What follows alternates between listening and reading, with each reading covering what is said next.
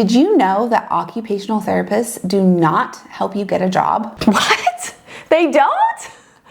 We're gonna demystify this, and we're gonna talk about this today. But first, I'm Rachel. And I'm Jessica. We are certified occupational therapy assistants here at Harkla, and today we're gonna tell you what OT can actually help your child with. So first things first, what are some of the skills that your child will learn and grow and develop through occupational therapy? Well, the first one is building confidence.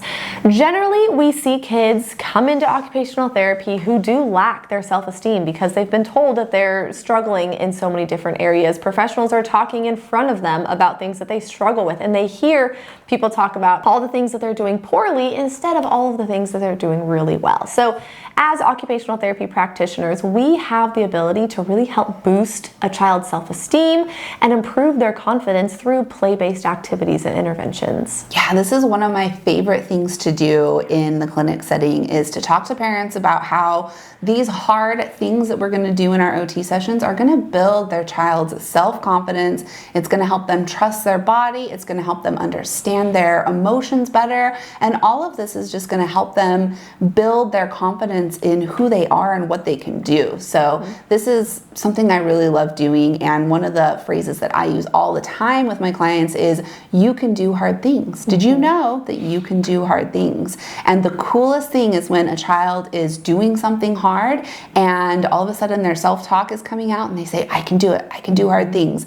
And as a therapist, when you hear that, you're like, oh, winning. I can go home now. I'm happy. Doing it. It's the best. It really is the best. My kids actually said that this weekend, which was really cool to see. Yes. Okay, number two, the next thing are executive functioning skills. Now, executive functioning skills are things like impulse control, planning, organizing, time management, all of those skills that a child needs to build on their daily occupations in order to help get them, successfully through school, through emotional challenges.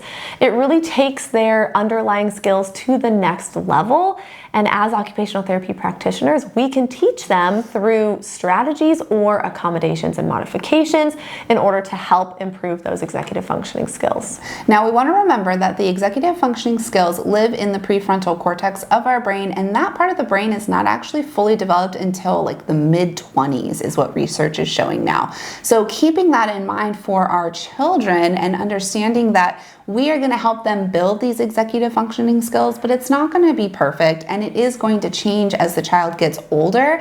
And so keeping that in mind as you are working through these specific executive function skills, especially if you're working with a child who has ADHD, their executive function skills are very much impacted by that ADHD. So this is an area that OTs can specialize in, which is really cool. Yeah. The next really cool thing that occupational therapy practitioners can help with are building sensory routines throughout the day that actually work. So creating sensory breaks and sensory diet routines and providing strategies that can proactively help organize the nervous system in order to help the child get through their day with less meltdowns, less temper tantrums, and just less emotional fog.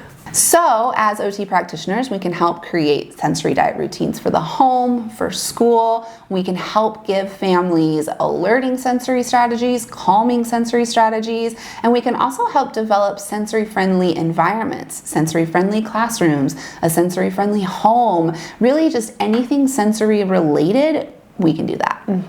The next thing is integrating primitive reflexes. Now, this one's important because not all OT practitioners are trained and have the advanced credentials in improving primitive reflex integration. So that's something that you want to make sure that you are looking for and you're asking for specifically. But OT practitioners specialize in integrating primitive reflexes, which we know can have such a huge impact on daily functioning. Now, if you are an OT practitioner, we highly recommend that you go find some continuing education courses on primitive reflexes. Some of our favorites, well, probably our first favorite is the one we created. We'll link it below. But we also love courses from Sensational Brain and Pessy. Karen Pryor's really great.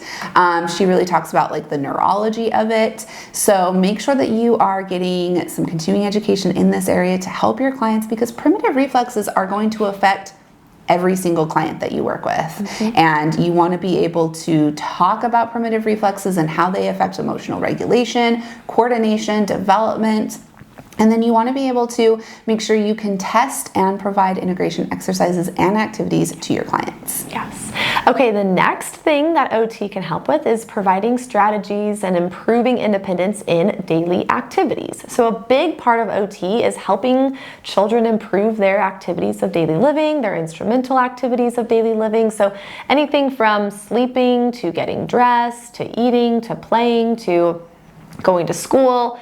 Anything that a child does throughout the day, we can help get them from point A to point B so much smoother and so much easier. That's really the elevator pitch on what OT is, I think. So yes, absolutely. And we do that by providing all of the things we already talked about and helping with all of the challenges we talked about and giving strategies for the home, for the school, helping the child learn more about themselves and their emotions, and just building all of these different areas of skill. I honestly think this is a great episode for people who are interested in becoming an OT or an occupational therapy assistant like we are.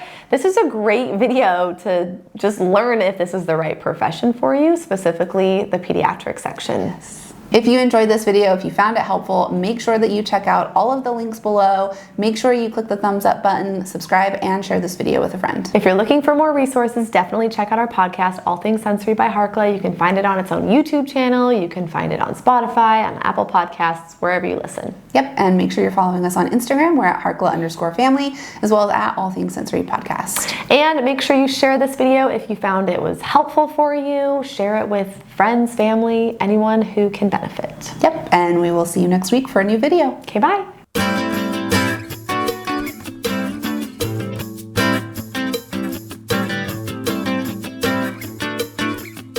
Emotional fog. I know, I loved it. I was like, oh, that was in my head. All I was thinking was, that was a good one. Oh, Emotional good. fog. Yeah. I know, it's because I blah, blah, blah it. We can do that.